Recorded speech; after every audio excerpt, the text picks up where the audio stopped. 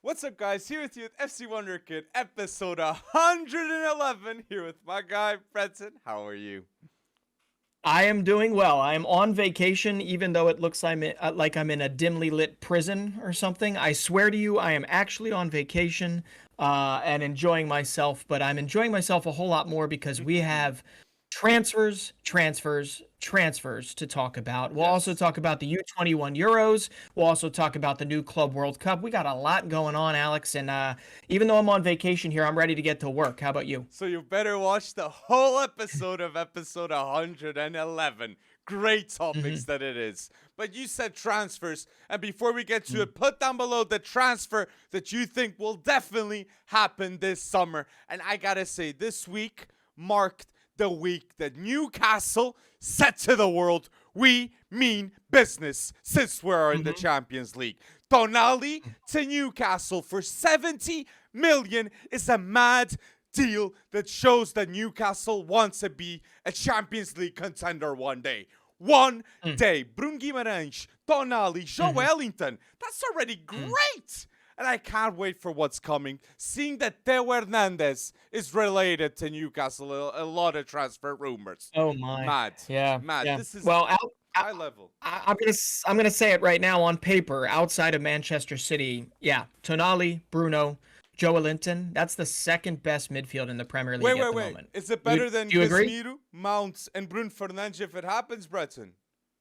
I don't know. Chelsea's playing hardball for that one transfer. So as of right now, I'm sticking with Newcastle. I'm sticking with Newcastle as second best midfield on paper. I mean, Tonali, there's a certain thing you have to worry about, right? He's coming from Serie A. He's going to Premier League. There's differences, sure. He didn't really want to leave He AC didn't. Milan. He didn't. No.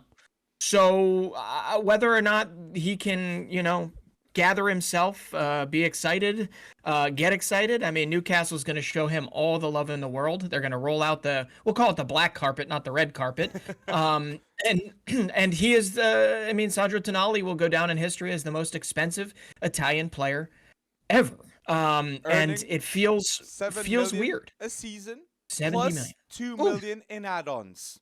Tonali. oof. That's what it Mm. takes for him to leave AC Milan. And now, Yep. Paolo Maldini wouldn't have accepted a Rossoneri like Sandro Tonali leaving. He would stay No.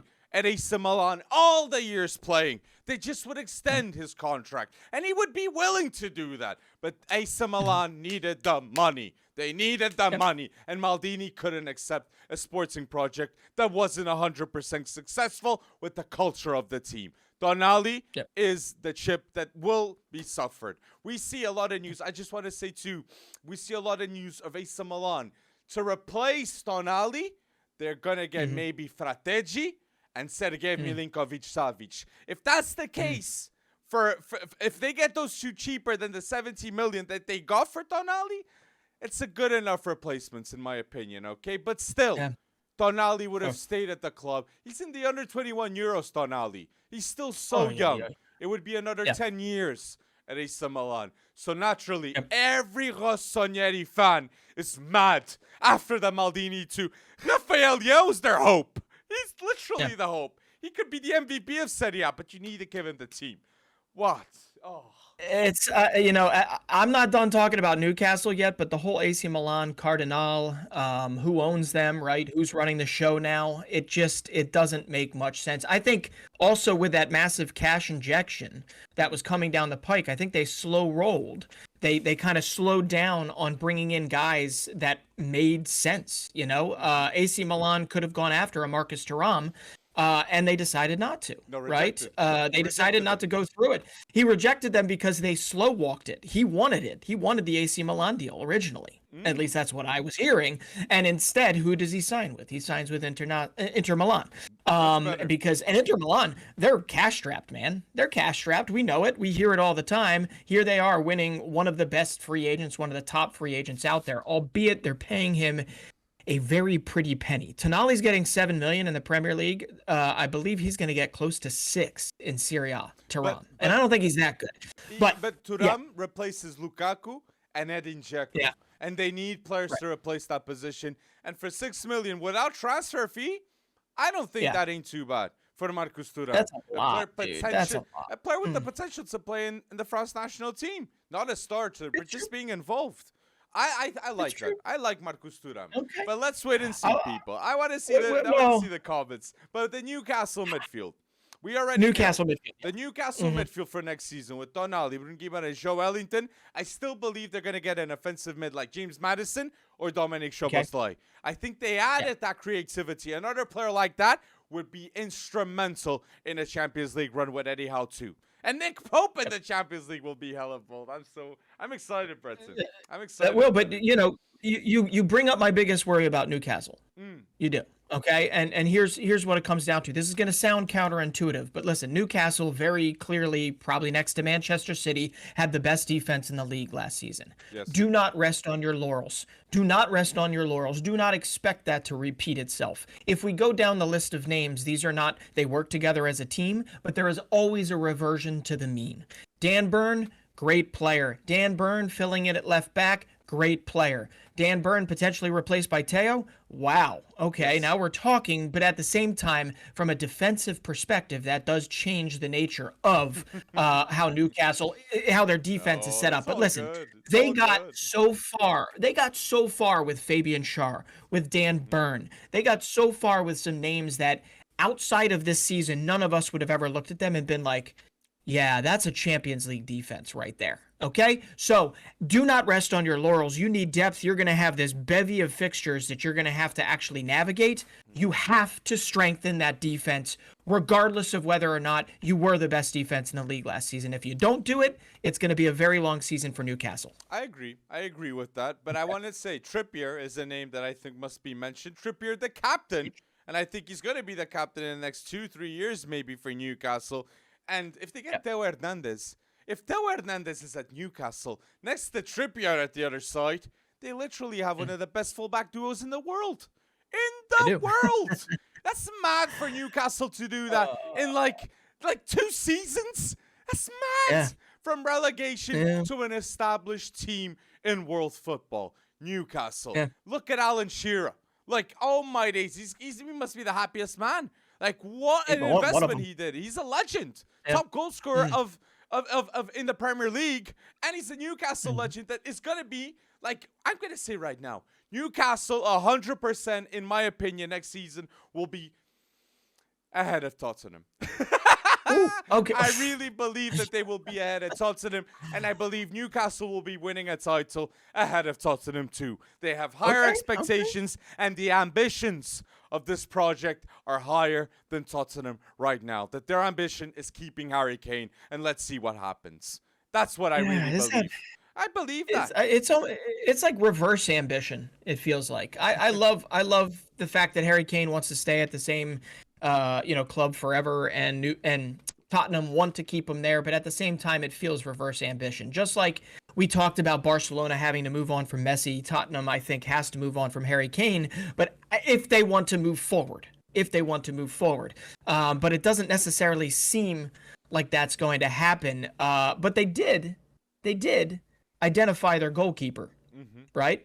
With Lloris leaving, they have signed Empoli goalkeeper, if I'm not mistaken, Yes. Guglielmo Vicario, young, like phenomenal shot stopper, very very good, pretty high up in the goals prevented. Empoli was very good for like up until 3/4 of the season, and in the last quarter they stunk. But every game he did not play because of injury, Vicario. I think they were winless, and in 6 or so, they lost 5 of those 6. So Vicario is actually a great deal for those people that wanted somebody flashier. They probably wanted to drop. They probably wanted them to, I don't know, go after Onana or somebody that's in the news. But no, I think Vicario could be very good for Spurs, and I think that's actually the type of deal that they really need to start building around. Stop going flashy and actually build a foundation that people can be, I don't know, supportive of. You had people booing Davinson Sanchez last year. Bring people in you want to see play regularly, that have a fire in them regularly. Vicario, I think, is a really good start for Spurs. I think Udogi will be a highlight next season from the Serie A. It could be. But I have Yeah. my doubts on him. on the goalkeeper. Yeah. I'm Oh, not gonna. Euros. I Yeah. have my Okay. doubts on him, being honest. But let's wait and Who would see. you have liked? Who would you have liked? Well, for Tottenham, giving guarantees, if they would try Yeah. Onana. They need to try I know. Onana. Like, they need to I break know. the bank with guarantees. Just like what I'm going to say That's in the next team. It's Arsenal. They need to break the bank too with guarantees. If Arsenal miss out with Declan Rice and Declan Rice goes to Man City, that is totally a power move by Man City. Arsenal should have pulled the trigger. They're offering 80 million. Man City's going to step up 100 million and that's it. Done deal. That's what it takes. Man City lost Jude Bellingham to Real Madrid. That's the elite of football heritage right now that are competing against themselves. Declan Rice is a world-class player that changes Arsenal's position in the world's view. And Man City know that. That's why they're stepping up in that interest. So, let me ask you, are Arsenal going to get Declan Rice? I still think, I feel like Declan Rice is built ready-made for an Arsenal team. He's I going do. to Man I think City. they will. I'm feeling it, Brett. Come on, man. I'm Come on, man. feeling No, it. I think there's a worry with Declan Rice that he might not play week in, week out for Manchester City. He'll play the Stones position. I think Rodri and Declan Rice will be playing together in that midfield. I think that will be the case. Okay. I mean, it all sounds good on paper. I just think Declan Rice is ready-made for Arsenal. Do I have a reason why? Not necessarily, but if it's going to happen, it's very clearly going to destroy Arsenal's transfer record. What are we thinking now? Like a package above 100 million is probably what we're thinking. I think so. I think West Ham are positioned themselves, winning a European trophy too, for Declan Rice to go for 100 million. A starter for the English national team, and I really believe if Bernard Silva leaves Man City, Declan Rice is going to Man City. And we see Gundogan leaving Man City, Bernard Silva potentially leaving Man City, and we see Guardiola masterclass replacing with Kovacic. That Kovacic gonna ball out with Guardiola and potentially Declan Rice. That is elite business once again. When we see, don't forget, last summer we saw Man City selling Gabriel Jesus and getting Julian Alvarez and Erling Haaland, and the rest is history. The rest is history. They do the right deals, and that was elite. I see the same happening in midfield too. I have high expectations for what's coming. So high. Again, it's just one of those things that makes so much sense that I almost feel like it's not going to happen, you know? And I love how City approached this. City knows that they just won the treble. Pep knows that he just won the treble. Obviously, he's probably still partying because of it. But basically what he did was he watched Arsenal submit a bid, get blown back. Watched Arsenal submit a second bid, got blown back. Watched Arsenal submit a third bid. Remains out there, I believe, right? But when it comes down to it, they were already able to learn the lessons of those first responders, the people that are trying to get Declan. They're desperate to get Declan. And they come in, strutting in, saying, here's our treble. Here's your spot in our midfield. If we can guarantee you playing time, you ready to go? Let's do this. And I see it. It all points to Manchester City, but I think Arsenal, if they're going to break the bank, they're going to break the bank for Declan Rice. And the thing that's mad for me, it's Man City next season they're the favorites to win the Champions League again. I really believe that's the case. Haaland will be better. Alvarez will be better. Foden, Rico Lewis, like Ruben Dias will be better. Grealish will be better with Guardiola. Rodri, the best CDM in the world, in my opinion. So Man City, the level is that. And Declan Rice, if he wants to achieve greatness, there's a chance with Man City too. So I won't hate on him if he goes there. But I want to ask you here in a special segment of the pods, where will U.S. men's national team players will go where do you think Pulisic, like I'm going to ask you a player of the U.S. and you're just going to need to say the respective club that you believe that U.S. player will go. Okay, Breton? Oh, gosh. Okay, let's go. Which club should Christian Pulisic go, in your opinion, next season? I am still, everyone's pointing to AC Milan. Everyone's pointing there. I think, playing wise, that fits. I still hold out hopes that Newcastle comes calling. So Pulisic should play for Newcastle, in your opinion? Yeah. Tyler Adams, where should he go? Tyler Adams, I think if Arsenal doesn't get Declan Rice, they should look at Tyler Adams, especially if Partey's leaving. But it's more likely Aston Villa gets him. I'd prefer Lavia to Tyler Adams, Breton. in my opinion, for Arsenal. Well, that's a pretty penny, but Tyler Adams will get you there for a lot less money, and he's Both a hell relegated. of a player and Both a relegated. hell of a leadership. Both relegated, yes. So Yes, that's why sadly. I'm comparing both.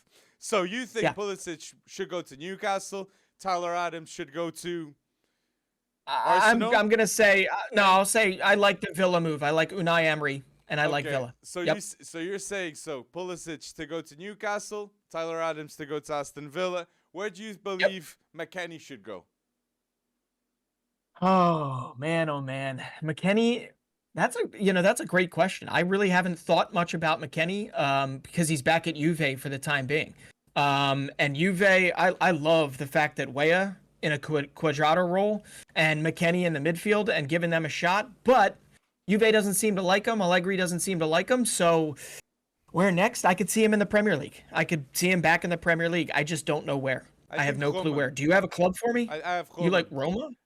Roma's been in the news for tapping for McKennie, and I think Jose Mourinho with McKennie, that would be very good for him. He'd like him. Opinion. He would definitely like him. And my Yeah, last and they've already player- they got Awar and they got Indica, right? Yeah, Indica. exactly. So that's good. So Okay. Roma, in terms of free agents, they've signed in the past 2 seasons players like Belotti, Dybala, Indica now, and Usama Awar.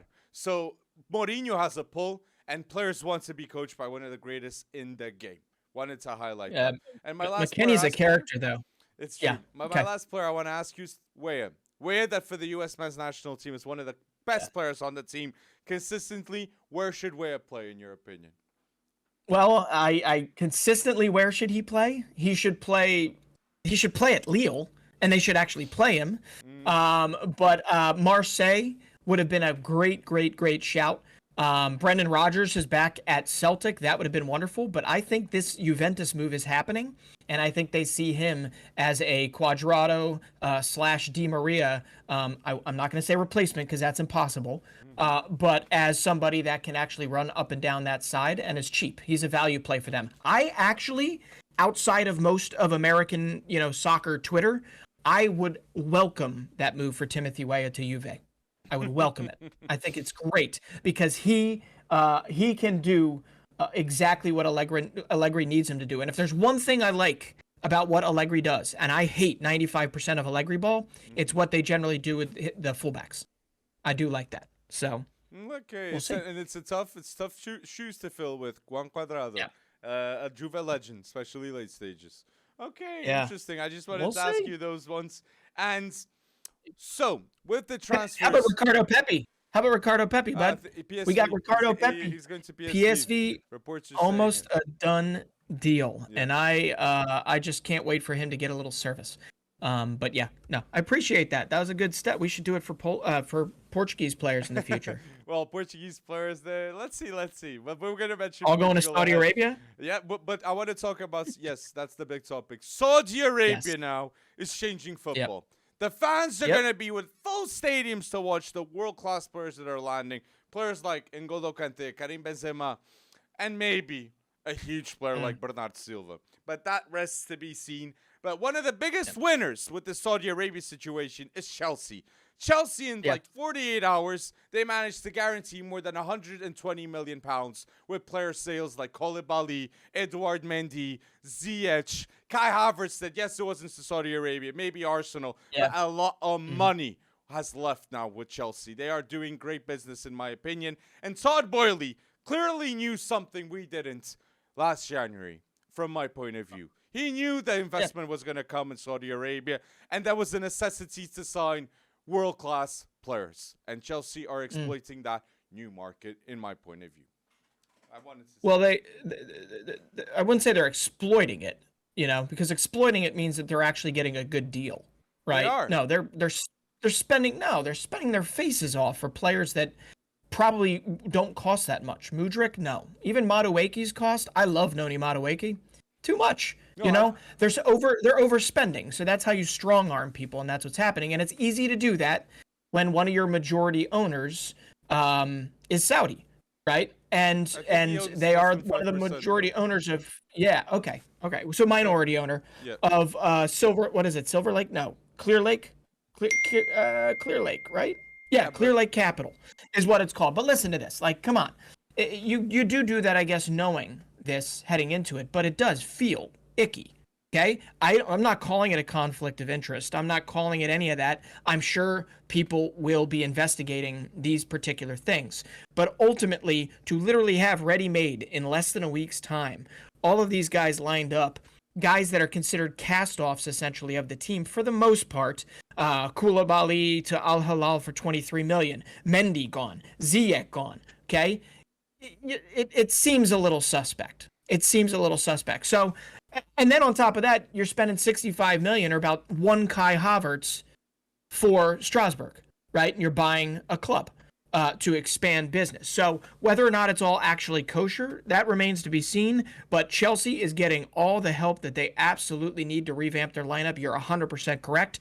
By getting rid of their cast-offs to Saudi Arabia. And I bet they threw Christian Pulisic's name in there too, and he's probably already turned it down. But so, imagine, you got the Chelsea Saudi Arabia transfers, but non-Saudi Arabia, you got Kovacic, Mason Mount, Lukaku, and Kai Havertz. Those four are going to be sold for more than 150 million. Just those four. So imagine, I think that Chelsea are selling all the players that they don't have in their future ambitions. And Pochettino, I think he's in love with these decisions too. When you have a manager that is lined up now and making concrete decisions for the future, I do think that changes will happen. But I wanted to say a special thing about Ruben Neves. Ruben Neves is a Wolverhampton legend. 6 years with this team. He's the youngest player to play as a captain in a Champions League game for Porto at 18. He was unbelievable for Wolves. I wanted to give, and they even were promoted. When Ruben Neves arrived at Wolverhampton, he promoted Wolves. And he maintained that team with the culture, attracting a lot of Portuguese players to play with him. João Moutinho, Rui Patricio, a lot of legends past, Portuguese legends from Wolves. And I want to say, I'm not going to, Ruben Neves, I'm not going to hate on you. To go to Saudi Arabia for 3 years and earning 25 million a season. At 29, he can return to Europe 75 million more richer. Yeah. So, look, he's still going to have a great career. And Ruben Neves, just go bold at Al Hilal, and a new career is going to be done there. But we're going to talk more about the FIFA Club World Cup more forwards. So stay at episode 111 with Ruben Neves. Shout out to him. I wanted to say that. Yeah. Well, I'm going to have to take the other side of that coin. 26 years old, and we're already talking about him as a legend.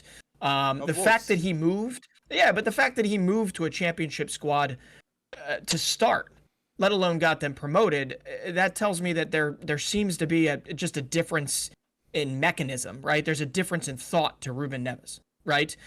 He doesn't really care for Champions League ever. He doesn't care for playing at the pinnacle of the game. So it is interesting. I love him as a player. And no doubt he has provided legendary moments for Wolves fans in terms of some of the best goals I've ever seen in the Premier League in the last, amidst his time in the Premier League. But in the end, I do see it as kind of a lack of ambition all across the board. And if it's all money, that's fine. I guess that's your prerogative. That's your ability as a footballer. You don't have to take the path of always needing to be at the tippy top of your game at all times. But you can't sugarcoat that and say that is not disappointing. I mean, Roberto Martinez, I know, is new, and I know he played him the other day. But ultimately, you got to think to yourself, if I want this guy as razor sharp as possible, I want him cutting his teeth in the Champions League.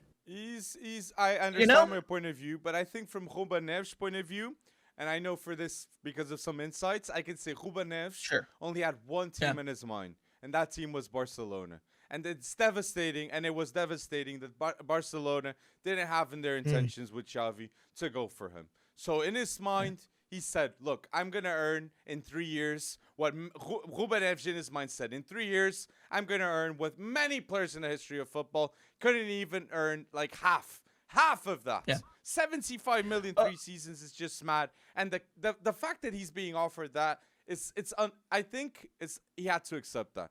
And I'm going to reiterate, he'll be 29 and he can make another career decision. And I believe he will be still at top shape. The issue there is he's never getting 25 million. There's no way to justify getting 25 million a year over there.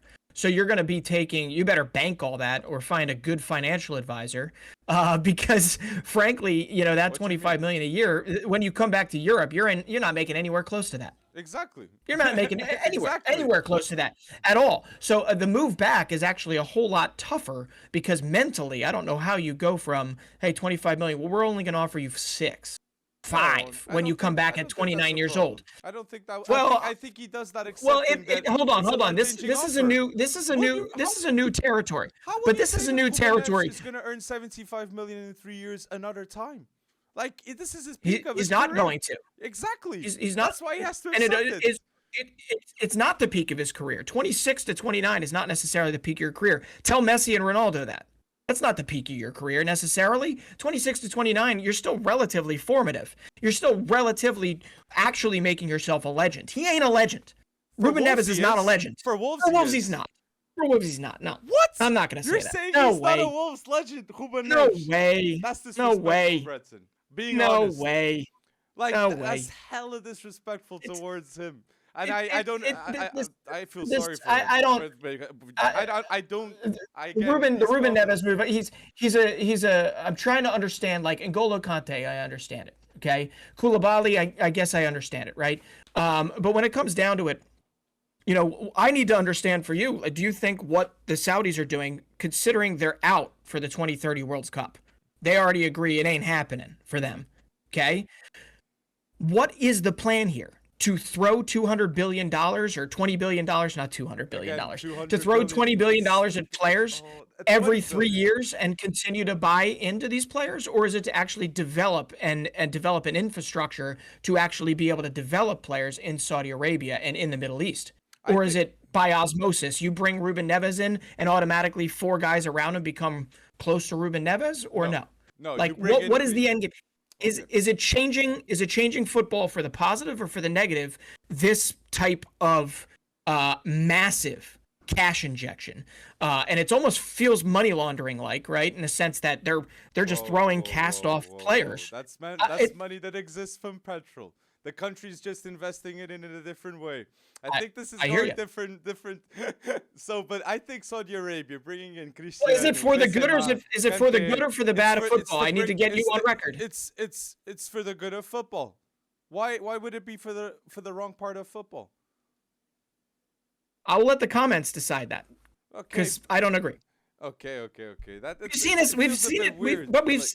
We've seen it.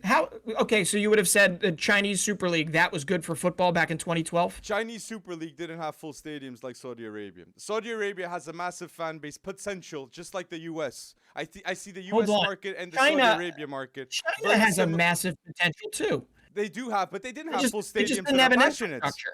No, they just didn't have an infrastructure. Are different. They don't have the heritage. They didn't build anything. Oh. Yeah, but it's. What do you mean the fans are different? Have you been to China? Have you been to Saudi Arabia? Saudi Arabia I don't see full packed stadiums supporting Al Nassr, Al Hilal, teams that, yes, they are recent, just like MLS teams, but it's a legacy to be made. And seeing now a FIFA Club World Cup that is a competition that is to have higher significance in the future than in the Champions League in the 20 to 30 years time scheme of things, it's undeniable that no one can beat the Champions League in terms of legacy and football heritage. But the fact that what's happening is football is having investment for many different sides of the world. US, Saudi Arabia, like China did in the past. It didn't work out.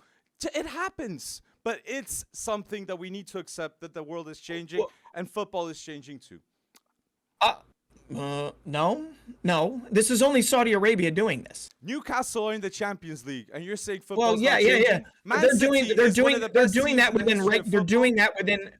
doing that within technically, although it's flawed, incredibly flawed, a regulatory environment. They're doing that where you can actually police it. Here, you don't necessarily know what's going to be happening. But if you feel it's for the good, then that's fine. They're just going to have to continue to inject $20 billion. And I know petrol dollars will continue to pay for that. It's whether or not they lose interest or they continue. I just don't get the end game. If the end game is to entertain your crowd, why now? Because the FIFA Club World Cup is coming in 2025 and 30. They only get 2 spots. But they still get 2 spots. And Al Hilal will be one of them. But it's still 2 The spots. The J League is better than them. The J League is better than them. But why do they get 2 spots? Because they're so recent. They only get 2. But that's why, because they don't have the significance still. You're telling me that a $20 billion injection to players into the Saudi league, okay, is solely to expand the amount of spots that the AFC gets? Again, it's the new competition. It just started. They have 2 spots.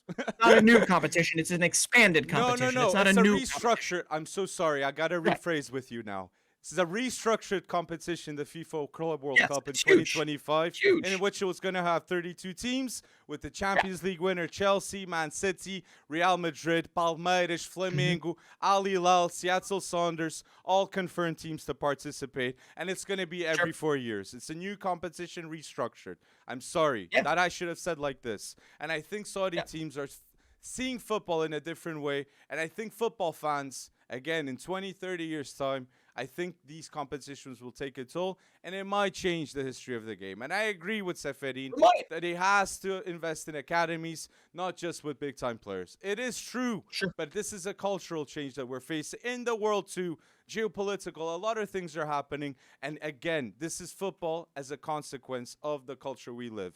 So I just wanted to say that I'm not going to hate on Ruben. I'm not going to hate on Bernard Silva if they go. They make their decisions. And I could even see Bernard Silva, if he gets like 100 million a season, coming back to Benfica, reinvesting that money a bit in the club, and maybe becoming an investor. I don't know what the future holds, but again, he has objectives, ambitions, and I don't know what they are. But people, you painted with a rosy brush. That's all I have to say. I see it a whole lot more skeptically for you in terms of Ruben Neves's, ingratiation back into or integration back into, say, European football after this. I mean, you look at the Chinese Super League, it was tough for a lot of those guys to find moves back based on what they carried in terms of how much money they were making over there. Okay, you literally just brought up the one person that recently had success. Hulk has not necessarily had success beyond coming back from the Super League. He's much older, and he plays a much different role than he was expected to play as one of the preeminent stars of that 2012, massive. And a lot of those teams have gone kaput back then. So yes, I'm with you. I can't paint it. I know he's a Portuguese player. I can't paint it any other way than I'm disappointed about Ruben Neves. I am interested with my popcorn. I will sit here and I will watch the Saudi League, as I won't actually be able to watch it unless there's some deals on my end of the pond. But what I am excited is if you're saying that is the reason they're injecting money into it is because they know there's a global stage and they want to play on it, and the Club World Cup is the way to do it. I am very excited about the Club World Cup. 32 teams. It sounds absolutely wonderful. It will take place in the United States in 2025. And I'm going to tell you right now, the United States is going to have the Copa America played 2024 on their shores. 2025, we'll have the newfangled Club World Cup that looks amazing. 2026, we got the Men's World Cup. 2027, we'll likely have the Women's World Cup. And you know what? If we can't take a massive step forward, right, then we probably will never take a massive step forward in terms of credibility on the footballing stage. Now, we still have to do it incrementally. We still can't open up and spend as much. We don't have the petrol dollars, right? There's corporations and there's individuals that have to invest their own money into this game. But by all means, the U.S., I'm excited about the trajectory. It's also a massive opportunity that could get missed. And it's a little bit scary to think that we miss it. But a little bit scary to think what the people say in the comment section down below about the Saudi League and now what you said about the MLS. Leave your thoughts down below. Not MLS. MLS and football, U.S. men's national team. American football. Sorry. Okay, but now there's big topics too. We got big things that happen during the week with Real Madrid and Barca news. We got now a lot of people that are saying that Project Mbappé is happening this season. PSG cannot afford to lose Kylian Mbappé for free. It's 150 million to 200 million or bust. But Real Madrid, if they get Mbappé, they have to pay PSG 150 million to 200 million, and they have to have a close contract to what he's getting at PSG next season. It is 1 50 million guaranteed. Real Madrid have to go bold with the contract situation. But I fully believe Florentino Perez's vision is clear from my point of view for this summer. Jude Bellingham, number 5. Vinny, number 7. Rodrigo, 11. And the number 9, Kylian Mbappé, with signings of Fran Garcia and Joselu that will be remembered as a great summer transfer winner. One of the greatest of the ages, if it happens. I really believe that will be the case. I'm butchering I know my nose is turning up at it. It seems like I get there's an opportunity here to get him. I get it. I don't know. You again are painting Florentino Perez as an absolute mastermind. Best football president right now in football. For the club. He got his butt kicked in the UCL and he got his butt kicked in La Liga. I know what he's done previous to that, but we're coming off of one of his worst years on record. In terms of actually piecing together something. So I'm with you. But if you need Mbappe to win La Liga again, you're screwed. If you need Mbappe to be relevant in the Champions League, well, you don't necessarily need that. But at the same time, you just lost Benzema. But yes, I get it. There's a window to probably bring Mbappe in. That could saddle them for years and years to come. They just dropped 100 million on Jude Bellingham. But I think Mbappe says, Mbappe sees the Harry Kane news to Real Madrid, and he says, Harry Kane gets that number 9. I don't get that guaranteed spot next summer. If Harry Kane goes, yes, he'll be like 100 million, and he will be cheaper than Mbappe. But the guarantees, Mbappe, if he goes to Real Madrid, he could be double better than Harry Kane, and longer too. This is really something I really believe.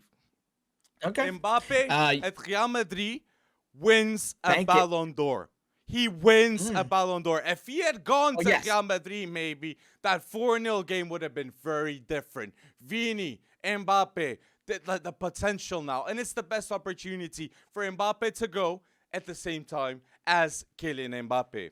And the Real Madrid midfield, Ceballos is going to stay. Kroos staying, Modric staying, Tchouaméni there, Fede Valverde, Camavinga. You have elite players that are still there, and the midfield is what makes you win champions right now. And their midfield is still world-class. Real Madrid's. It's true. It's true. And the loser in all of this, obviously, is anyone that calls himself a PSG fan, I guess, because PSG, my oh my, the times are a-changing. Mbappe wants out, Messi's gone, Neymar's gone. Well, not yet, but he will be soon. And I know you want to talk about that shortly, but it is absolutely bonkers to me. I know you just said if he moves to Real Madrid, it's the best shot he's got at Ballon d'Or. But my goodness, scored a hat trick in the final, World Cup final. He constantly is a ridiculous threat for PSG.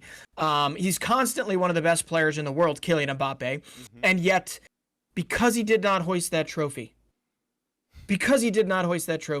he will not be a Ballon d'Or winner this year. Even though statistically, looking at it, my goodness, Kylian Mbappe is just one of the best out there, right? Obviously, you've got Erling Haaland, you've got you've got Lionel Messi having, a throwback and winning it with Argentina. But when it comes down to it, Kylian Mbappe, it's very clear, and it was always clear. Kylian Mbappe's best chance at winning a Ballon d'Or, the longer he stays at PSG, even if Messi and Neymar stayed around, would have been with France and in a World Cup year. That's it. So yes, I agree that he has to go to La Liga. He has to go to Real Madrid in particular if he's going to win a Ballon d'Or, because the longer he stays at PSG, it ain't happening. And last I checked, the World Cup only happens every 4 years. It's true. It's true. And this season, going with what you said, most goals in 2023 right now, it's Haaland with 28 and Kylian Mbappe with 25. Again, Mbappe, go to Real, so this changes. And you win maybe a Ballon d'Or, and you solidify yourself as the best player in the world. A lot of power moves are being done. Huge. The Ballon d'Or is an open grabs since Lionel Messi has left the Europe and Cristiano Ronaldo's left Europe. This new era, it's all up for grabs. And the front runners, Neymar, Haaland, Mbappe, it's all up for grabs. But I want to say, Nacho, I want to give a special mention to Nacho, captain Nacho, extended until 2024. He's won 23 trophies at Real Madrid, and he's been at the club since 2007. Nacho is a true Madridista that can adapt to playing fullback and center back, and he feels Real in his veins. And that's what you need. The culture needs to stay. And the longest player to stay at Real Madrid. That's why he's the captain. That's how you become the captain at Real Madrid.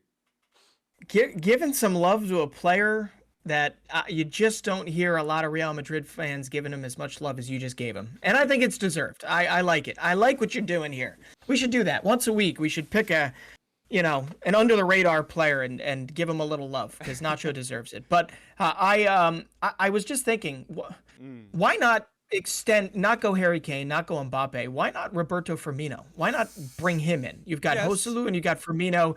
Wait it out a year, get Mbappe. I mean, it's not for free, we know that, but get Mbappe as cheap as you most possibly can, because it seems Mbappe wants Real Madrid, and he's willing. He's already said he's willing to wait a year. And when it comes down to it, don't go for Harry Kane. Roberto Firmino would fit in very nicely at the Bernabeu. Tell me I'm wrong. I mean, I think Firmino compares with Joselu and Harry Kane with Mbappe. I think they're two distinguished type levels. And I do get you. Well, I do get you. I think it's interesting, Firmino. I would love to have seen Firmino with Ancelotti in that style of play.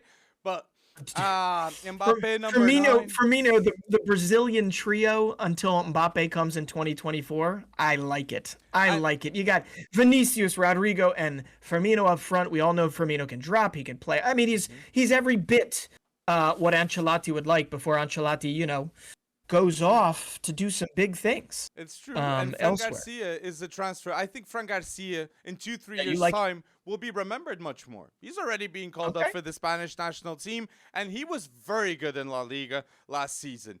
Very, very good offensively, and defensively, he is reliable too. I really like this transfer. Again, learning in this winning culture. You got players that are brewing that are elite. Antonio Blanco that we're going to mention more forwards maybe if he gets a chance. Or an Arribas too. There's a lot of talents too from La Fábrica. Alvaro Rodriguez that can learn from a lot of players too in this scheme of things. But Real Madrid's moving a lot in the market. But at the other side, we do have big moves by the other team. That is Barcelona. Gundogan, Ilkay Gundogan. Pep Guardiola's first signing that just cost him £25 million. A Man City legend is joining Barcelona, and the Barcelona midfield is officially world-class with Gundogan coming in as an option. They can have playing in midfield Barcelona, Gundogan, Frenkie de Jong, Pedri, that in my opinion will solidify himself as one of the best midfielders in the world next season, Gavi, Kessié in the bench role. And I still believe they need to get a CDM. Kimmich impossible, and Zubimendi very difficult to convince. So I'm very curious to see what they're going to do at CDM. But Barcelona, Breton, are 3 positions away of becoming an official Champions League contender from my point of view. Do you agree with that? Well, yeah.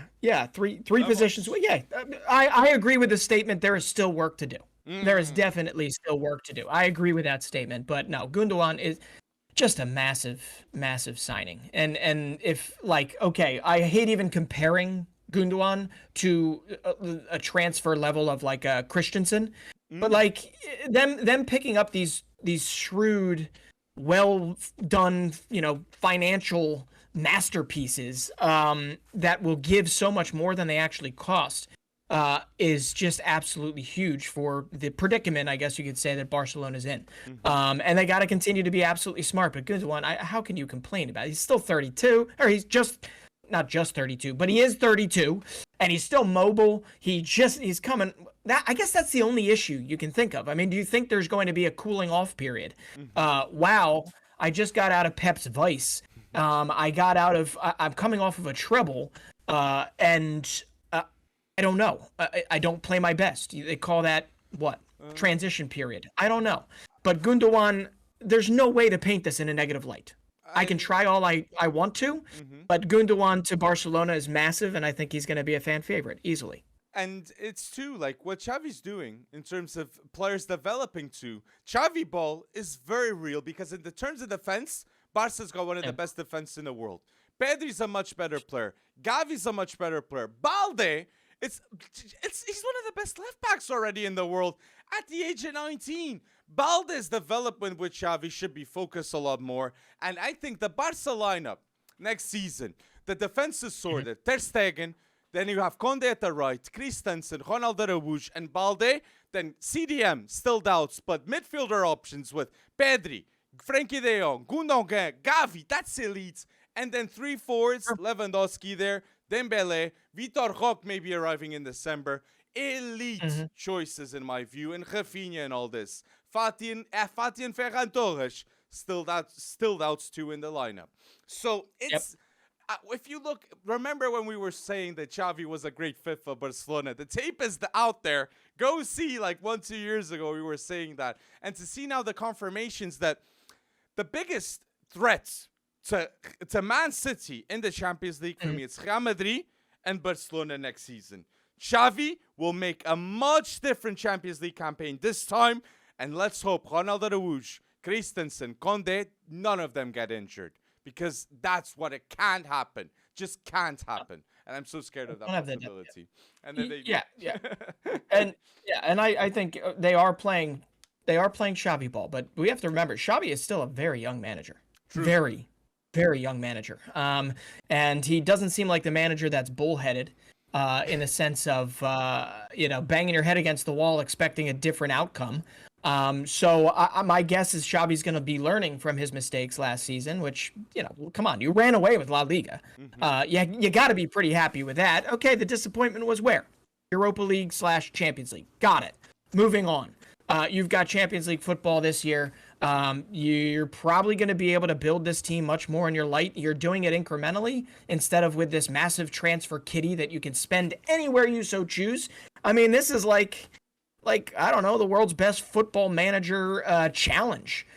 You're a legend of the club and you're trying to build it back to its once former glory. I love it. I love it. So I'm in agreement with Barca. Yeah, go ahead. If Neymar goes to Barcelona and he plays at left wing, different because he doesn't have the same speed, but he's still a world-class player.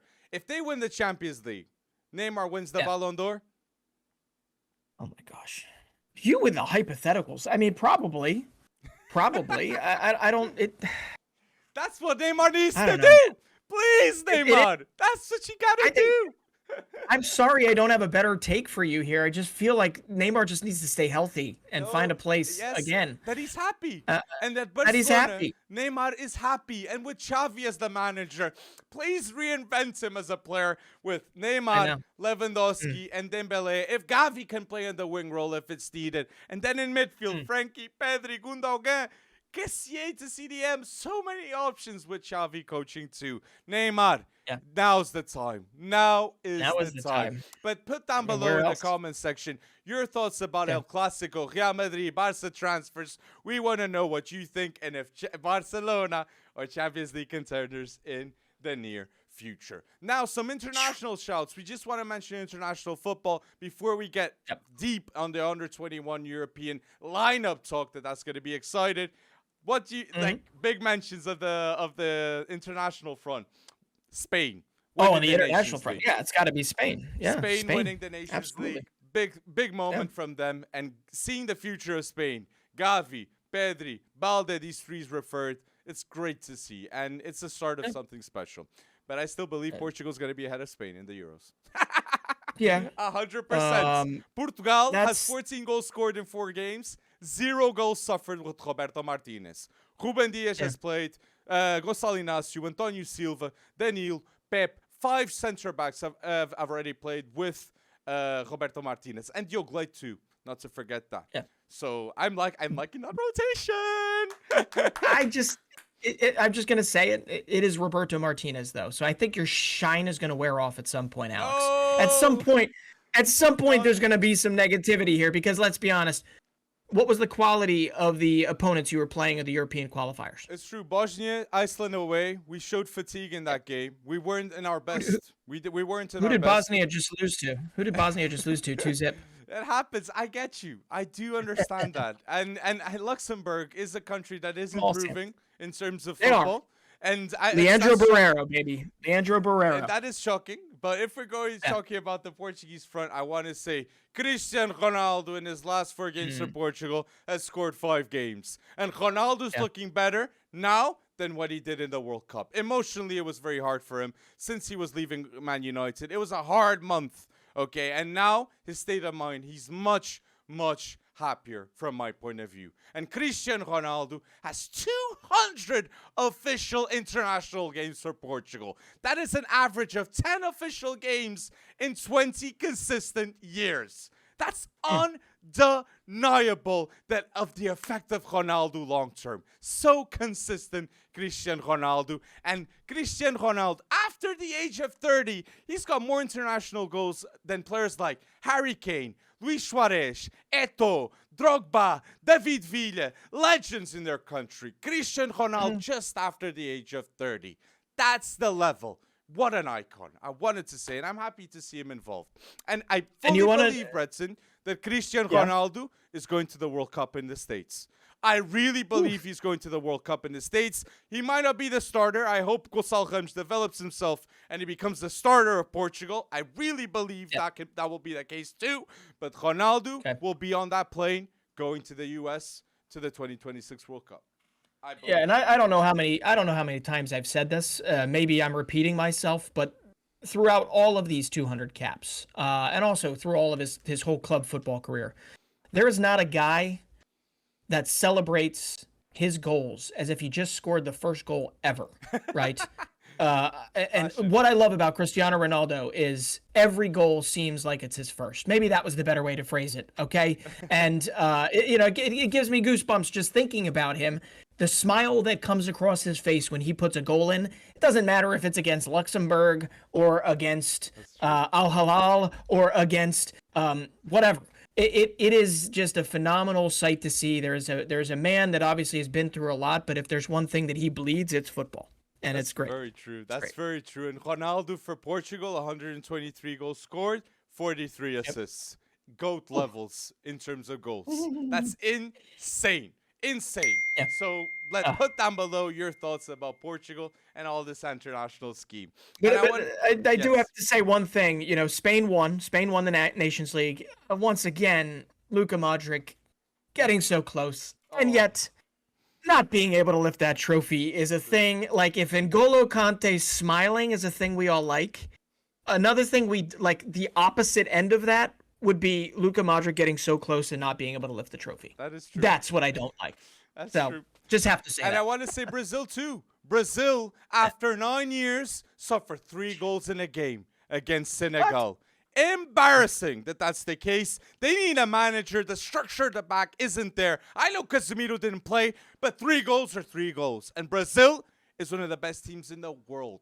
Club and not club in terms of national teams. Definitely. Well, I Brazil's guess football Senegal heritage. is now. African teams, it's between Algeria, Morocco, and Senegal. And maybe Ivory Coast. So that's another topic. That's another topic. But I want to say Brazil shouldn't depend on one manager only. And I see Davide Ancelotti might be coaching at the time until his father comes to coach to replace. But still, Brazil should not be dependent on one manager only. That shouldn't happen. How's that for nepotism? No, but Carlo, if and when he arrives, he will arrive, is what it sounds like. Carlo Ancelotti coaching Brazil is going to be much more of a historic moment than people are giving it credit for. He will be the first foreign-born, non-Brazilian, coach of obviously one of the most storied, historic countries of football on this planet. So that's actually a big deal. Obviously, he's more than qualified, but he is going to have to navigate a world of Brazilian football that nobody non-Brazilian has ever had to navigate. Right? So it's going to be interesting. And a top 5 manager in the history of football too, Ancelotti. Yeah. Willing to take the risk. I've never seen, I think, in my watching football, I can't remember such an iconic manager in the scheme of things to go to international football and to do this. So let's wait and see if that's the case. Maybe if Zidane had gone to the French national team, that would have been interesting too to see. But then we got to talk about who's going to take over Madrid next. Yeah, that's interesting. For the future. It's between Zidane and Nagelsmann maybe, but let's wait and see. Yeah. But European under-21 talk. If you want to know players of the European 21, we'll be talking a lot in this video, but put down below the players that you know and like this video for more detailed videos about certain topics like the under-23 European European Cup. So, yes. yes, but before we get started, just a quick little understanding. Some of these players are older than 21. Okay? The way the U21 Euros are set up is apparently anyone born after 2000 or something like that can actually play in this. I don't know if that's COVID related or if really this should be renamed the U23 Euros, but I guess U21 rang true. So we understand that not everybody in these lineups, they're all in the U21 Euros, but they're not all under 21. So, are we ready? My defense, so with the under 21 European players to watch, my defense of under 21 European, my defense of the under 21 European competition. My defense has Anatoly Trubin in goal. Then I have at the left Udogi with Scalvini and Debast at center back, and at the right I have Kalulu. But I wanted to say Levi Colville, but Scalvini for me edges because he's a world-class potential too. I love Scalvini. Yeah. I like a lot of those names, and that's the crazy thing. The point we're going to try and get across here is if you're not watching the U21 Euros, there is a lot of talent at this tournament. A lot of talent sitting home, but a lot of talent at this tournament. So my defense, I'm going to go with the Dutch goalkeeper, Bart Verbruggen, who was phenomenal for Anderlecht late in the season. He's broken through there. Expected to make, I believe, a big move to Brighton. Thank you, Brighton, for getting back to their old transfer policy ways. 17 games in Belgium. In Belgian league. Great. But I also am going to shout out Daniel Peretz.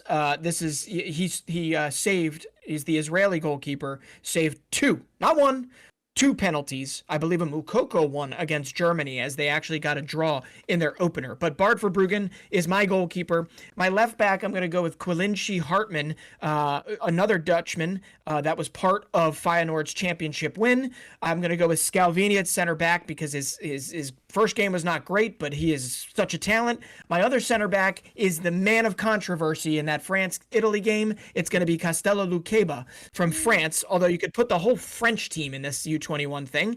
And my right back is one that has not yet, branched out, but I loved him in La Liga, and it's Arnau Martinez for Spain. Okay? I picked him over Kalulu, man. Kalulu did not have a great season for AC Milan. I think Kalulu is a phenomenal player, but we'll see. Arnau Martinez is one to definitely watch. You know the other thing I saw though? England. Did they play James Garner at right back? And they played Max Aarons at left back. I wasn't expecting that from England. It worked. Being honest. It worked. It did, but I don't know if it's going to work with the big boy teams. England do have options though. And you're mentioning England, and I do have an English player in my midfield. So my best midfield of the under 21 European Cup. It saddens me not to put João Neves, but I have Sandro Tonali. That shocks me that he's not in the first team of Italy. I have Manu Kone of Kefri Turam. Just pick yourself. And then I have Jacob Ramsey. That is such an underrated midfielder and a star for this under 21 team of England. But Charles de Ketelaere is hard not to mention, being honest. Yeah. Well, we did not go over these beforehand, and you and I have the exact same midfield. Manu Kone, Sandro Tonali, and Jacob Ramsey right there. But all right. João Neves will be one of the best. João Neves will be one of the best people. Please remember this name. And there's two other 10s that I need to mention, and that's Fabian Reiter, who we probably won't talk about until he makes a move from Young Boys. And Gravenberch. But if you're looking on the Gravenberch, I like him. I can't wait to see him play more. I hope it happens. But Gravenberch, I love Gravenberch and Taylor in that midfield for the Dutch. I mean, I honestly, I believe they're a favorite. They could win this tournament. And I'm register my absolute shock and awe, especially with all the changes going on at AC Milan, that Sandro Tonali was allowed to not be with the Azzurri in the Nations League, because frankly, if he was there, I think they would have gone further, right? I think that's a mistake in Mancini's part. You're blooding this team for the future. Let Tonali get senior reps, not U21 captain reps. He's already proved that with AC Milan. Sandro Tonali deserved to be at the Nations League, not at the U21 Euros. Fuck. That's so well said, beyond that though, I mean, France, obviously, you mentioned Kefren Turam, Manu Kone, and there's another guy. Maxence Kakore is just phenomenal. And if somebody doesn't poach him up from Lyon soon enough, then they're just dumb.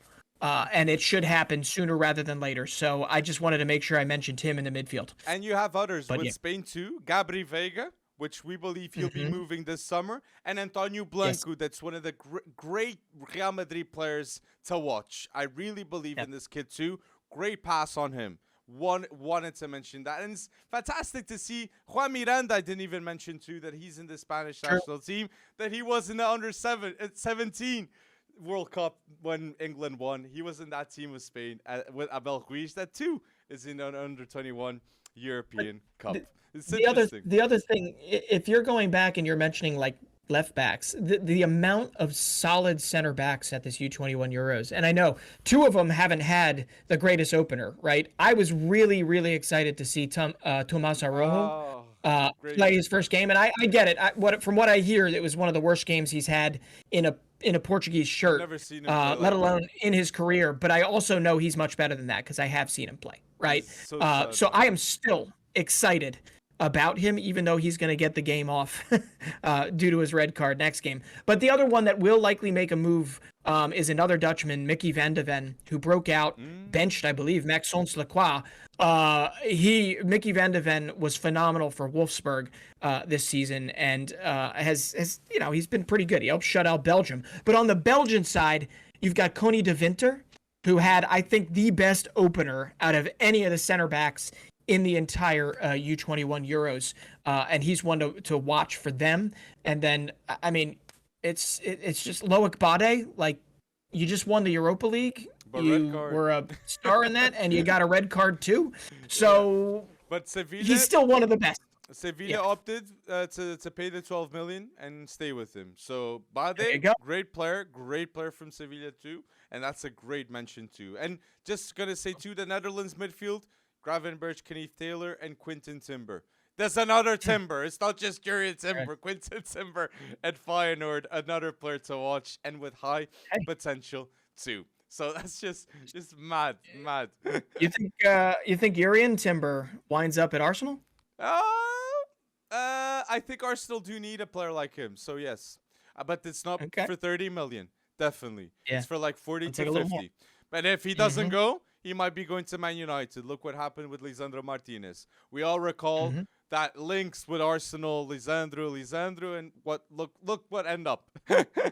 But my front trio of the under 21 World Cup, my front trio of the under 21 European Cup, I have at Openda, one of the great forwards in Ligue 1 this season. I have Sergio Gomes, a European treble winner that is playing at winger. And I have a striker. It was a very hard decision, but I have Kali Mwendo of Stade Rennes, another player that had high importance for his team in Liga and at first team level. That's my front trio. All I can say is if Kali Mwendo, Enzo Lefebvre, if Enzo Lefebvre goes to Stade Rennais, that rhymes. It's perfect. There's a chant right there. That would be huge, and that's what we're hearing so far. Is Enzo Lefebvre there? What an That would underrated be baller. ridiculous. Oh, Yeah. So, but my forward three, we have one in common in my forward three. My forward three at left wing is Openda. going to be Sergio Gomez. Ah. Sergio Gomez at left wing. No, my striker is going to be somebody different. And you might be surprised, but he's doing it on both fronts. And my striker is Zeki Amdouni, okay, for Switzerland. He has scored 5 goals, 5 caps for the Swiss national team, okay, for the senior team. He's got 4 goals in his 4 Euro qualifiers that he has played for them, okay? And on top of that, he's coming down. I think he came off the bench for this game because he had just played and scored 2 goals in a Euro qualifier a couple days earlier. But Zeki Amdouni had 22 goals for Basel last year, and Basel, I think people are forgetting, were Europa Conference League semifinalists. They had a crappy domestic campaign, but Zeki Amdouni has only really come on in 2023. Phenomenal striker. If you don't know him, he has nothing to do with Artur Cabral, but he is Basel's next Artur Cabral. He's their next big signing elsewhere. And to be honest, I wouldn't be surprised if Fiorentina dips their toes in and says, hey, this guy scored 2 goals against us, even though we beat him. Sign him. right? But Interesting. Zeki Amdouni is somebody to watch in this one because he is only 22, and he's just breaking out. Zeki So we'll see if Abdouni. he could. Zeki Yeah. Abdouni. Strikers to watch in the under 20 European trophy. You got Zeki Abdouni, Mukoko, Pietro Pellegrini. You got Calimundo, Openda, Fabio Silva, Vitinha. So much talent to watch. It's just Yeah. crazy. Just crazy. And I Cra- just hope Fabio Crazy Silva plays thing. more. Me too. Me too. Really 100%. hope. I do have to, and Brian Brelby. I mean, there's so many on all ends here. But the thing about Zeki Amdouni is Turkish U21 international for like a couple games until he switched. I don't know if there was ever a chance for Turkey to pull him away. Okay. But all I kept thinking was, wow, Arda Güler is coming along at a really good time and a really good clip for the Turkish national team. Imagine if they had a guy like Zeki Amdouni up top to be the beneficiary of a lot of what Güler creates. And then I got sad for Turkey because they don't have him and Switzerland has him. So Zeki Amdouni is definitely one to watch. Well, Turkey got Arda Güler that's going to leave reportedly for the release clause of 17.5 million and Orkun Koksu at 22. So Turkey midfield, they're cooking something right there. They're cooking something right there. And I wanted to say, I didn't know this player before. I checked the tape with Belgium, with Netherlands, and very interesting left back, Maxime of Westerlo. Yes. In the league, he's Kuiper. got 9 goals, 7 assists. I didn't know a lot about him, and a lot of teams that need a left wing back that plays like him. Very good offensively. Pay attention to this player in the Belgium team. Please. Yeah, and listen, Club Brugge already has Bjorn Meyer, young Dutch left back. But you've got other, Anderlecht, Standard Liège is trying to revamp their squad. He likely will go to a higher team in the Pro League before he moves on, but Maxim de Kuiper has been phenomenal. Absolutely phenomenal. And I love it in Westerlo. I watched them a lot this season because Brian Reynolds was on loan. He was their right back when de Kuiper was their left back, and they formed a formidable duo. Some of the best fullbacks in the league. So anyway, my attack, I got to go through it really quickly. Sergio Gomez at left wing. My strike force is Zeki Amdouni, and my right wing, I am going to still say Pedro Neto, because I still think it's bonkers that he's there. But if he's there, I think he'll cook over time. But it is also weird not to say a guy like Michael Olise, because he's there too. He's there too. Oh my days, I should put Olise.